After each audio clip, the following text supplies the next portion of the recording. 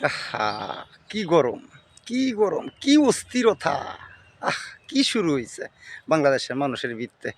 কি অসহনীয় অবস্থা! আরে গরম, গরম, গরম, গরম লইয়া কত নানান রকম আয়োজন করতাছে। গরম, গরম। কি তাপমাত্রা! আরে এত তাপমাত্রা, আরে এত গরম, আরে গরমের কথা এত চিন্তা করতেছেন, কাল হাসরের মাঠে সূর্যটা মাথার উপরে থাকবে, ঠকবক করবে, তখন কি অবস্থা হবে? এটা একটু স্মরণ করেন, মৃত্যুর কথা একটু স্মরণ করেন।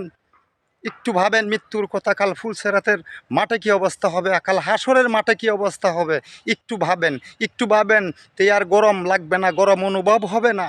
দেখেন, সেটা আল্লাহর নিয়ামত, সেটা আল্লাহর রহমত। আল্লাহ যখন যা চায় তখন তা করতে পারে। একটু মৃত্যুর কথা ভাবেন, একটু মৃত্যুর কথা ভাবেন, গরম অনুভব হবে না, গরম লাগবে না।